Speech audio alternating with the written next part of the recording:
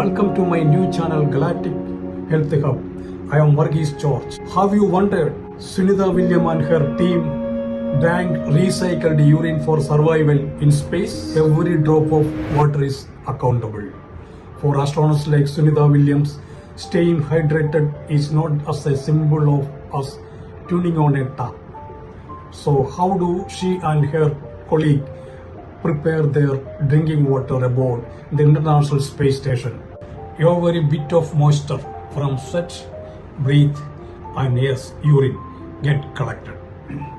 It goes into the water recovery system aboard the International Space Stations.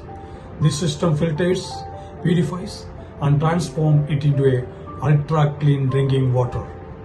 And it is not just clean, it is cleaner than most tap water owner. Bacteria, viruses, salt and even microorganisms and microparticles